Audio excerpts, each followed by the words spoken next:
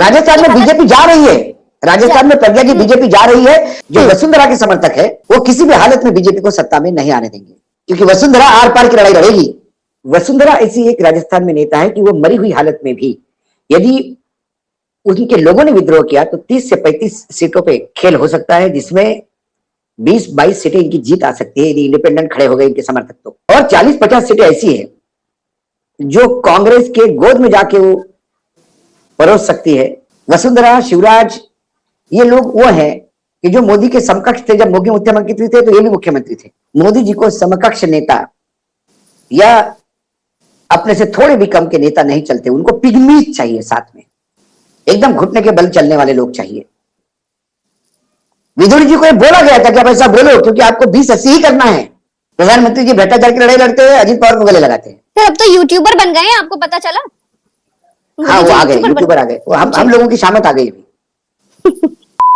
नमस्कार। महिला आरक्षण कानून पास करने वाले बीजेपी के दो पुरुष अमित शाह और मोदी राजस्थान में एक महिला वसुंधरा राजे को किनारे करके अपना राज चला रहे हैं। हालत ये हो गई है कि राजस्थान में बीजेपी के दो गुट हो गए हैं, एक दिल्ली वाला गुट, एक वसुंधरा राजे का गुट।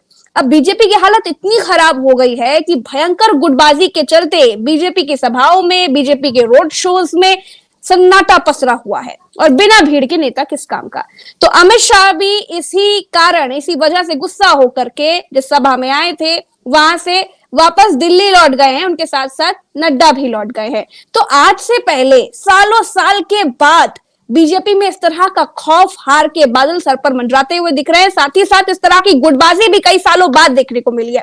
तो राजस्थान में बीजेपी का क्या होगा, इस पर बात करने के लिए हमारे साथ वरिष्ठ पत्रकार अशोक वानखेड़े, साथ ही साथ राजनीतिक विश्लेषक भी हैं। सर आपका बहुत बहुत स्वागत है। सर, महिला आरक्षण कानून पास करने वाले ही एक महिला वसुंधरा राजे को किनारे लगाए दे रहे हैं, रैली में भाषण तक नहीं देने दे रहे हैं, फूल देते समय चेहरा तक नहीं देख रहे हैं। ये सब क्या हो रहा है राजस्थान में? ये 5 राज्यों के चुनाव कहे तो इसमें 2 महिलाएं हैं। उमा भारती का भी ऐसा ही हश्र उन्होंने किया। उमा भारती भी बहुत वोकल है, लेकिन हम यदि राजस्थान की बात करें तो राजस्थान में महारानी वसुंधरा के सिवाय ठोर नहीं है बीजेपी को। भारतीय जनता पार्टी की एक ही नेता है जिसकी जमीन पे पकड़ है और जिसका पूरे राज्य में पूर्ण रूप से मतलब एक नब्ज पे हाथ है, लोग उनसे प्यार करते हैं। वो मराठी है, मराठा है, शादी हुई है जाटों में, तो जाटों की महारानी है, और बेटे की शादी जो है वो गुज्जरों में हुई है। तो गुज्जर, जाट और ठाकुर, इन तीनों पे प्रभुत्व रखती है। और जो उनके पीछे जो लोगों का पागलपन है, वो जब अलग अलग मंदिरों में जाती थी और भक्ति प्रदर्शन में जो शक्ति प्रदर्शन उन्होंने किया, वो ये बताती है कि वसुंधरा ऐसी एक राजस्थान में नेता है कि वो मरी हुई हालत में भी यदि उनके लोगों ने विद्रोह किया तो 30 से 35 सीटों पे खेल हो सकता है, जिसमें 20-22 सीटें इनकी जीत आ सकती है यदि इंडिपेंडेंट खड़े हो गए इनके समर्थक तो।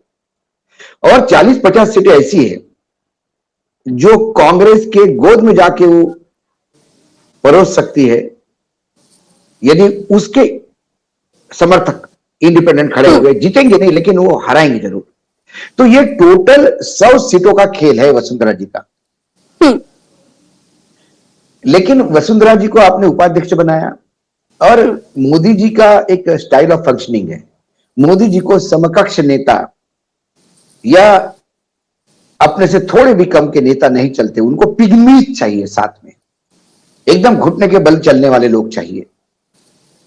वसुंधरा, शिवराज, ये लोग वो हैं कि जो मोदी के समकक्ष थे। जब मोदी मुख्यमंत्री थे तो ये भी मुख्यमंत्री थे।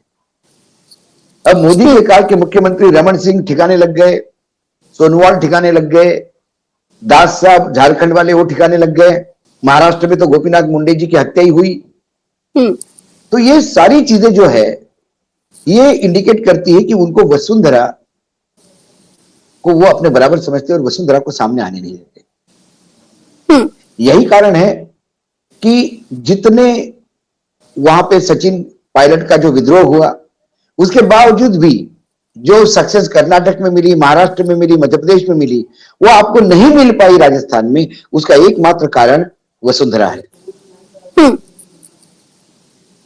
तो यदि मैं ये कहूं कि वसुंधरा राजे ने गहलोत की सरकार भी बचाई तो कोई बड़ी बात नहीं होगी, क्योंकि पायलट पार्टी में आना न आना, ये वसुंधरा के विद्रोही लोगों ने ऐसा ब्रेक लगाया जाएगा, पायलट कहीं के नहीं रहे और वापस अब नीचे मुंडी करके कांग्रेस में काम कर रहे हैं। वसुंधरा राजे को 2-3 बार, जो मेरी सूचना है पुख्ता, कि 2 बार 3 बार उनको मीटिंग के लिए बुलाया और बोला कि 38 सीटों पे हम डिस्कस करेंगे। तो उन्होंने कहा कि जब आपने तय कर लिया है, जब आपने सर्वे कर लिया है और जिताऊ उम्मीदवार आपने तय कर लिए है, तो फिर मीटिंग किस बात की, लड़ाई है उनको। उन्होंने तो ये भी कहा कि झालावाड़ से भी आपको, मेरे सीट से भी कोई जिताऊ उम्मीदवार मिलता होगा तो उसको भी लड़ाइए, पार्टी आनी चाहिए सत्ता में। वसुंधरा के पूरे ग्रुप का बहुत ही बेहतरीन स्ट्रेटेजी है। वसुंधरा जी भारतीय जनता पार्टी का त्याग नहीं करेगी, वो पार्टी में ही रहेगी और मजे लेगी। जो वसुंधरा के समर्थक है वो किसी भी हालत में बीजेपी को सत्ता में नहीं आने देंगे। जो पिग्मीज है, जो ऊपर से पैराट्रूपर है, शेखावत जल शक्ति मंत्री, ये भी पिछली सीट लड़े थे, जीते थे तो वसुंधरा के आशीर्वाद से। बिरला जी, यदि वसुंधरा जी ने हाथ खींच लिया तो बिरला जी को अपनी लोकसभा निकालना मुश्किल है वहां से, क्योंकि प्रधानमंत्री से डबल ज्यादा भीड़ का शक्ति प्रदर्शन बिरला जी का कॉन्स्टिट्यूंसी में वसुंधरा ने हाल ही में किया। मेवाड़, यह ऐसा प्रदेश है राजस्थान का जहां से सबसे ज्यादा सीट, 36 सीट का ब्लॉक है, 36 से 37 सीट मेवाड़ से आती है। उस मेवाड़ में जो सीनियर मेघवाल है, जिनको पार्टी ने अभी निष्कासित किया, उन्होंने अपनी जिंदगी लगा दी एक एक सीट के लिए, वो वसुंधरा जी के साथ है। पार्टी ने उनको निकाल दिया क्योंकि पार्टी ने एक आईएएस प्रमोटी को मंत्री बनाया, मेघवाल को, और वो मेघवाल इतने बने हो गए तो ये सीनियर मेघवाल ने बता दिया कि ये तो एक जमाने में चोर था, चोर उचक्का था, इसके खिलाफ एफआईआर दर्ज है। तो पार्टी ने उसको नोटिस दिया और उसने बोला मैं कच्चा चट्टा है, उसने सप्लाई, मतलब नोटिस का जवाब उसने पूरा दिया केसेस से, उसके बाद उसका निष्कासन हुआ। तो ये जो पैराट्रूपर्स है, ये इतने पिग्मीज है कि ये पार्टी को वहां बचा नहीं पाएंगे। यही कारण है कि वहां पे सीटें खाली मिलती है, चेयर्स खाली मिलती है प्रधानमंत्री के भाषण में। वह नड्डा और शाह को वापस होना पड़ता है, और लगातार अब नड्डा, शाह, ये लोग उनको डांट रहे हैं। ये जो बार बार बता रहे थे कि राजस्थान में हम बिल्कुल महारानी के सिवा भी सत्ता में आ सकते हैं, बताओ स्थिति क्यों ऐसी है। राहुल गांधी ने बड़ा स्मार्टली प्ले किया कि छत्तीसगढ़ और मध्य प्रदेश हम आ रहे हैं और राजस्थान में नेक की टक्कर है। उन्होंने कट टू कट इसलिए बोला कि उन्होंने अभी भी वसुंधरा के लिए जगह छोड़ी है, और यदि वसुंधरा को आप प्रोजेक्ट नहीं करते, और मुझे लगता है कि अब बहुत डैमेज हो चुका है प्रज्ञा जी, अब वसुंधरा को प्रोजेक्ट करने के बाद भी स्थिति कंट्रोल में नहीं आएगी। अब बीजेपी के लिए सत्ता बहुत दूर की कौड़ी हो गई है। बीजेपी में कांग्रेस से ज्यादा झगड़े हैं। सांसद को भी, गालीबाज सांसद रमेश बिदूड़ी को भी टोंक का प्रभारी बनाकर भेज दिया है। कुछ क्या वो कुछ मदद नहीं कर पाएंगे? उनके पास तो बहुत बड़ी हुनर है गालीबाजी का। नहीं तो ये उन्होंने बता दिया, मोदी जी ने ये बता दिया कि विदुड़ी जी ने यूं ही नहीं बोला, और पीछे जो 2 माननीय सांसद, पूर्व मंत्री कैबिनेट के, जो बैठ के ठहाके लगाते थे, एक स्क्रिप्ट का हिस्सा थे। विदुड़ी जी को ये बोला गया था कि आप ऐसा बोलो क्योंकि आपको 20-80 ही करना है, टोंक में मुसलमान भी है, आप वहां हिंदू पोलराइजेशन करने के लिए आपने उसको भेजा। मतलब मुझे खुद को शर्म आती है कि स्पीकर महोदय बहुत नाराज हो गए और उन्हीं के राज्य में ये विदुड़ी इंचार्ज बन के जाता है। बिल्कुल। विदुड़ी ने अभी तक संगठन में काम क्या किया, चलो यही पूछे। विदुड़ी का क्या संगठन का एक्सपीरियंस है जो जाके चुनाव लड़वाएंगे वहां पे? सर काम किया हो ना किया हो, लेकिन इनाम तो पा टोक के हिंदुओं को बताना है कि यहां हिंदू मुसलमान करना है, तुम्हें हिंदुत्व के नाम पे आ जाना है। वो गुज्जर भी है विदुड़ी। तो वहां गुज्जरों की सीट है, वो सचिन पायलट के सामने पिच करना चाहते हैं।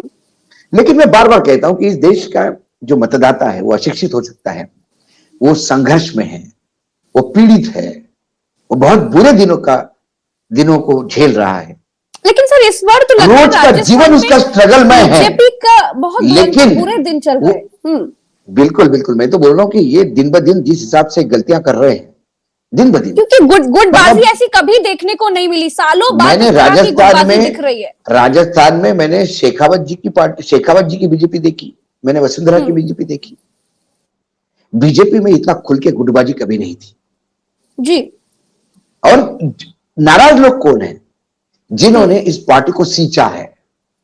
और ये गुटबाजी करने वाले भी तो अमित शाह भाजपा में देखिए, भाजपा में दुर्भाग्य है भाजपा किसकी वजह से आ रही है अशोक सर? ये फूट किसकी वजह से आ रही है? ये दो गुजरातियों की वजह से, सीधी बात है। देखिए भाजपा का दुर्भाग्य है राजस्थान में, उनका लीडर ऑफ अपोजिशन जी और अध्यक्ष, ये दोनों ओरिजिनल बीजेपी के नहीं है, दोनों किसी और पार्टी से आए हैं।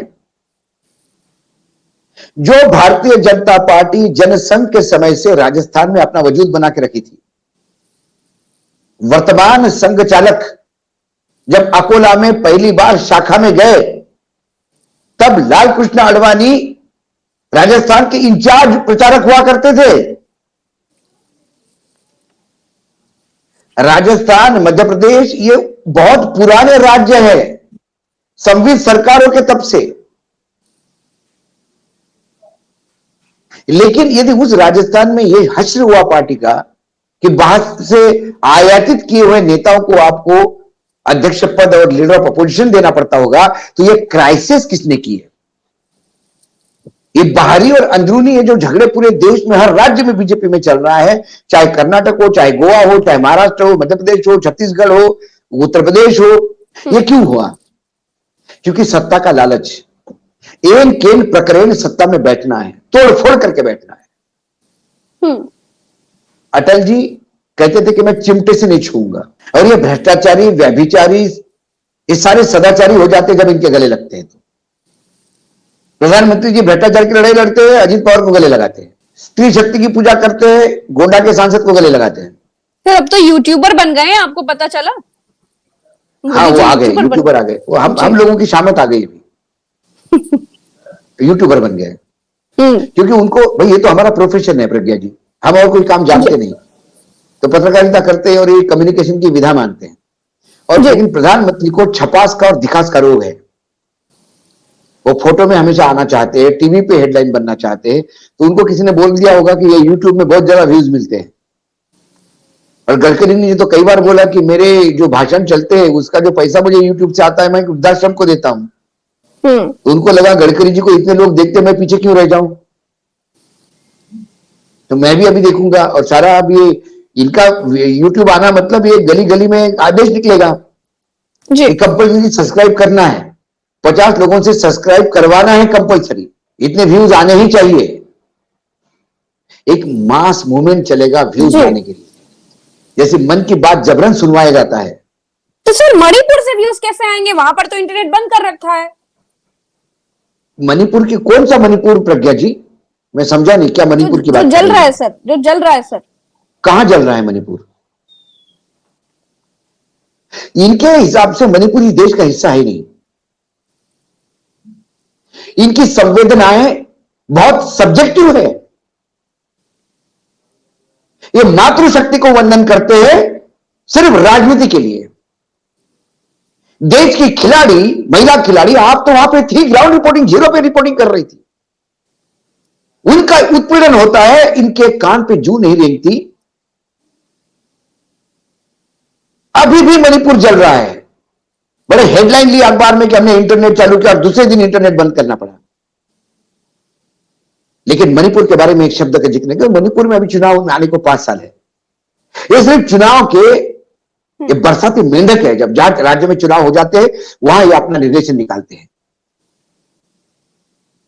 कि कल बोल देंगे कि ये मणिपुर का फला फला चीज जो है वो गुजरात से आता था, मेरे संबंध है उससे। जैसे महाराणा प्रताप की घोड़ी जो थी, मुझे घोड़ा जो था चेतक, उसकी मां गुजरात से थी, इन्होंने बता दिया। तो अभी राजस्थान का सर आप ओवरऑल क्या देख रहे हैं कि राजस्थान में बीजेपी जा रही है, राजस्थान में प्रज्ञा की बीजेपी जा रही है, और मैं इस गारंटी के साथ कहता हूं जी वहां सिर्फ विधानसभा में नहीं जा रही है, लोकसभा में जो पिछली बार पूरी की पूरी सीटें मिली थी उसमें से आधा सीट मिलना भी मुश्किल है, क्योंकि वसुंधरा आर पार की लड़ाई लड़ेगी। वो सिर्फ विधान परिषद विधानसभा तक सीमित नहीं रहेगी,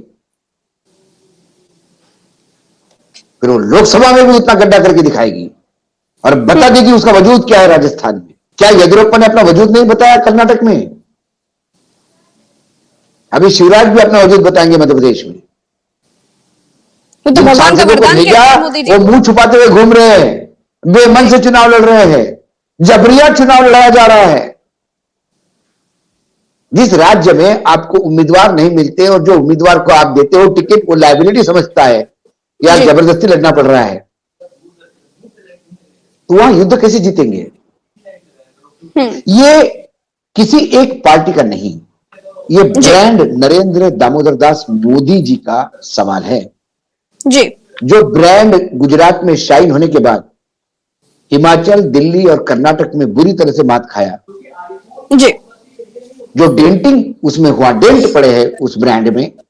यदि छत्तीसगढ़, मध्य प्रदेश और राजस्थान में पार्टी हार जाती है तो वो ब्रांड बिखर जाएगा, डेंट नहीं पड़ेगा, बिखर जाएगा। फिर मोदी है तो हार मुमकिन है, ये लोग कहेंगे। अरे बाप रे बाप सर, क्योंकि आज भी ये कहा यही जाता है कि हम छत्तीसगढ़, राजस्थान, मध्य प्रदेश में मुख्यमंत्री का चेहरा घोषित नहीं करेंगे, मोदी जी के चेहरे पर चुनाव लड़ेंगे। जी। तो मोदी जी ने कहा था कर्नाटक में कि मुझे 90 गालियां दी जा रही हैं। कर्नाटक के लोगों ने मतदान करके बता दिया कि शायद वो गालियां जस्टिफाई हो गई, ऐसा मैं समझता हूं। हालांकि मैं मेरे प्रधानमंत्री के प्रति निरंतर उस चेयर के प्रति मुझे बहुत आदर है, लेकिन जब नोटबंदी के बाद, चुनाव जीतने के बाद ये कहा जाता है कि नोटबंदी लोगों ने एक्सेप्ट कर ली क्योंकि हम चुनाव जीत गए, तो फिर वो गाली देना भी जस्टिफाई किया जब आप चुनाव हार गए। यही माने। बहुत शुक्रिया जी, बहुत बहुत शुक्रिया अशोक सर समय देने के लिए। धन्यवाद। धन्यवाद।